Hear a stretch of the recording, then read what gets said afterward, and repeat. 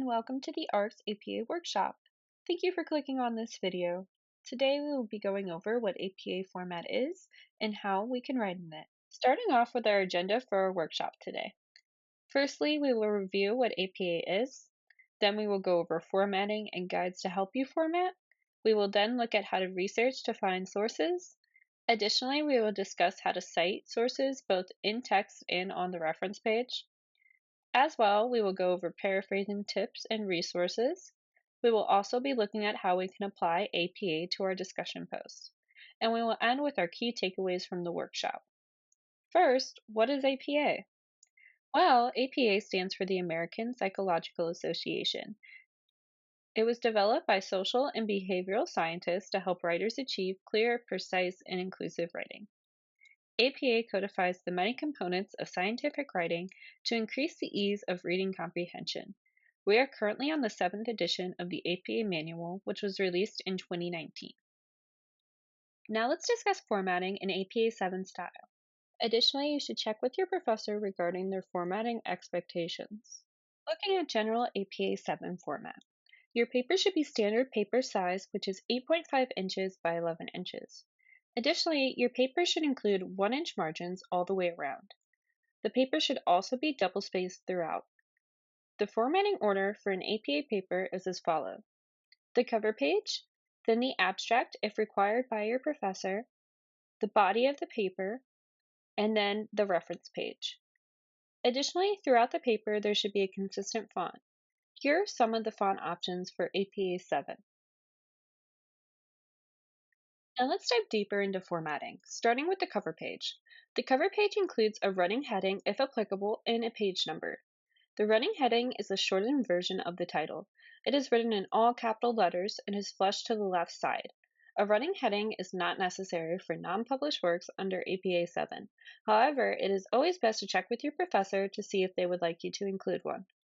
The page number should be flushed to the right side and should continue on throughout the paper. Additionally, the cover page includes the title of the paper, which should be centered and bolded. Under the title, not in bold, is your name, then the department, the course number and name, the professor's name, and lastly, the due date of the assignment. Moving on to the abstract page. The abstract page is not necessary for academic papers under the APA 7 manual. However, it is always best to ask your professor as they may require one. At the top of the page, abstract is written, bolded, and centered.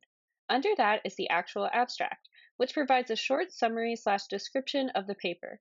The abstract is left aligned, not indented, and should be around 150 to 250 words. Below the abstract are keywords. This is included for published works to help with online searching. Typically, including keywords is not necessary for an academic paper unless otherwise instructed. Now looking at formatting for the body of the paper. Firstly, the title is repeated above the first body paragraph. The title should be bolded and centered. Additionally, each paragraph should be indented. APA utilizes a heading system to separate and classify paper sections. Headings are useful for guiding the reader through the paper. There are 5 levels of headings, which are always used in the same order, starting with level 1. Level 1 is the highest level of heading. Level 2 is a subheading of level 1. Level 3 is a subheading of level 2, and so forth through levels 4 and 5. Taking a closer look at the 5 heading levels for APA 7. First, level 1 headings are centered, bold-faced, and title-cased, and the paragraph starts on the next line. Level 2 headings are left-aligned, bold-faced, and title-cased, and the paragraph starts on the next line. Level 3 headings are left-aligned, bold-faced, italicized, and title-cased. Also, again, the paragraph starts on the next line. Level 4 headings are indented, bold-faced, title-cased, and end with a period. The paragraph following a level 4 heading starts on the same line as the heading. Lastly, a level 5 heading is indented, bold-faced, italicized, title-cased, and ends with a period. Like the level 4 heading, the paragraph begins on the same line as the heading. The last part of your APA paper is the reference list. The reference list starts on a new page. Reference, if you have one reference, or references, if you have multiple references, appears at the top of the reference page, bolded and centered. Below that is your citations, which are left flush for the first line, and the rest is a hanging indent. Additionally, your references should be in alphabetical order. Let's now look at some formatting guides which you can refer to for assistance when formatting in APA 7.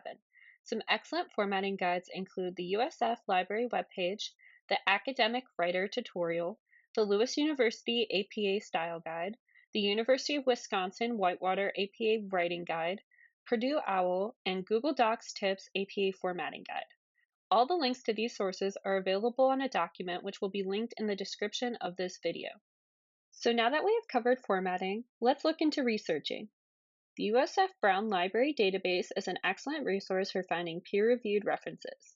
To access the USF Brown Library Database, log into your MyUSF portal and click For Students, then Library Homepage, then Yes, Take Me There, and lastly click Databases and select a database that aligns with your topic. The USF Brown Library's webpage also has various video tutorials available that review research basics and tips for searching the catalog and database. Moving on to in-text citations in the reference list. When writing, it is essential to make sure you are citing when using a direct quote, paraphrasing or summarizing another person's words, or when using someone else's idea. First, let's look at in-text citations. APA style uses the author date citation system to provide credit. For each in-text citation, there must be a corresponding reference entry in the reference list. To cite a paraphrase statement, you would add after the paraphrase statement, in parentheses, the author or authors' last names, comma, the year of publication. When directly quoting a source, your in-text citation should also include the page or paragraph number to identify directly where the quote came from. Please note that it is best to limit the amount of direct quotes in your paper unless otherwise instructed by your professor. Direct quotes should be things like definitions where the author says it best. Otherwise, paraphrasing is the preferred method of integrating source material. But what if the source does not have an author or a date? How would we write an in-text citation? Well, for no author, the in-text citation would be in parentheses, the title of the work, comma, the year of publication. If the title is long, you can shorten it to a few key words for the in-text citation. If the reference does not have a date, the in-text citation would be in parentheses, the author's last name, comma, n.d. There are two formats of in-text citations. The first has a quotation or paraphrase statement followed by the full citation in parentheses. The other is a narrative in-text citation, which is when the author's last name is in the text followed by the year in parentheses, and if directly quoted, the page or paragraph number is in parentheses at the end of the statement. Now let's do some in-text citation practice. This is a quote from The Hunger Games by Collins, published in 2008. How would we write an in-text citation for this quote in APA 7 style? Feel free to leave your response in the comment section below. Well, the in-text citation would be in parentheses, Collins, the author's last name, comma, 2008, which is the year of publication, comma, p.65, which represents the page number the quote came from. Now let's take a closer look at the reference list. Let's look at the ways to cite different source types, starting off with citing from a website. For one author, the citation would be the author's last name, comma, the author's first initial, then the author's middle initial, if given, then in parentheses, the year, comma, the month and date, then the title of the page or information comes next and is italicized, then the site name and the URL. If there are multiple authors, the beginning of the citation would change to add those authors in.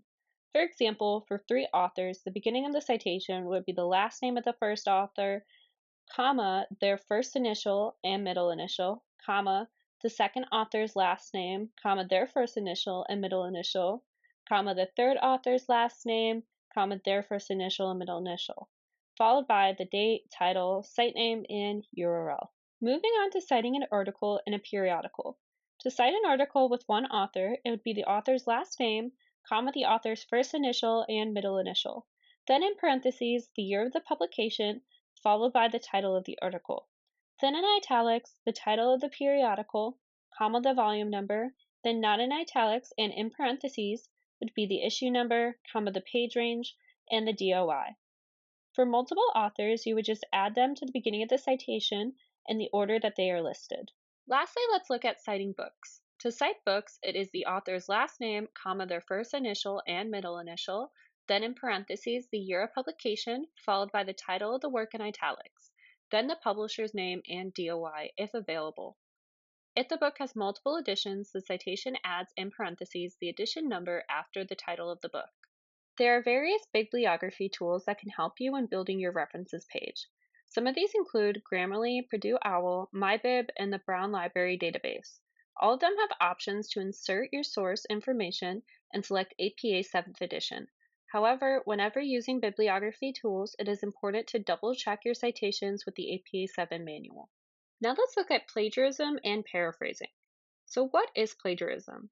Plagiarism is stealing someone else's work without crediting them. According to APA, the originality of one's work should be 80 to 85% or above. Thus, it is important to paraphrase properly to avoid plagiarism. Paraphrasing rephrases someone else's ideas into your own words. In order to paraphrase properly, we must change more than just a couple of words. We should also rearrange the original wording and structure of the sentence into our own words. A good way I found to paraphrase is reading the source I wish to paraphrase, then stepping away from it and writing down the source stated in my own words. Additionally, as mentioned earlier, it is essential to provide credit to the original author when paraphrasing by including an in-text citation. Let's practice paraphrasing. Feel free to grab a pen and some paper and try paraphrasing this quote. While the Sears Tower is arguably the greatest achievement in skyscraper engineering so far, it's unlikely that architects and engineers have abandoned the quest for the world's tallest building. The question is, just how high can a building go? Structural engineer William has designed a skyscraper nearly 1/2 mile high, twice as tall as the Sears Tower, and architect Robert Sobel claims that existing technology could produce a 500-story building. An example of a paraphrased version is how much higher skyscrapers of the future will rise than the Sears Tower is unknown. However, the design of one twice as tall is already on the boards, and an architect, Robert Sobel, believes we have sufficient knowledge and technology to build a skyscraper with over 500 stories. There is an excellent paraphrasing resource from the University of Virginia. It goes into great detail regarding proper paraphrasing and providing examples of acceptable and unacceptable paraphrasing. This link is also available on the Google Doc linked in the description of this video. Now let's apply APA 7 style to our discussion posts. When writing an online discussion post that requires APA citations, we should utilize the APA 7 manual and other APA guides and include citations for any resources referred to. Additionally, we should add a reference list at the end of our discussion post with APA citations. Here's an example of a discussion post using APA 7 citations. There are in-text citations for paraphrase and direct quotations, and an accompanying reference list at the end of the post. Let's review our key takeaways for this workshop. Firstly, we learned that APA codifies the many components of scientific writing to increase the ease of reading comprehension. Additionally, we discussed various APA formatting and citation guides, but we learned that it is important to always double check any citations and formatting with the official APA 7th manual or through the APA style website. We also learned that the USF Brown Library Database is a great source for finding reliable references. As well, we learned that when paraphrasing or utilizing a direct quote, it is essential to properly cite the information to ensure no plagiarism occurs. Lastly, we learned that all in-text citations should be cited in our reference list page. Here are some APA formatting resources. These are all available on a doc which is linked in the description below. Additionally, you can meet with an ARC writing tutor for APA assistance.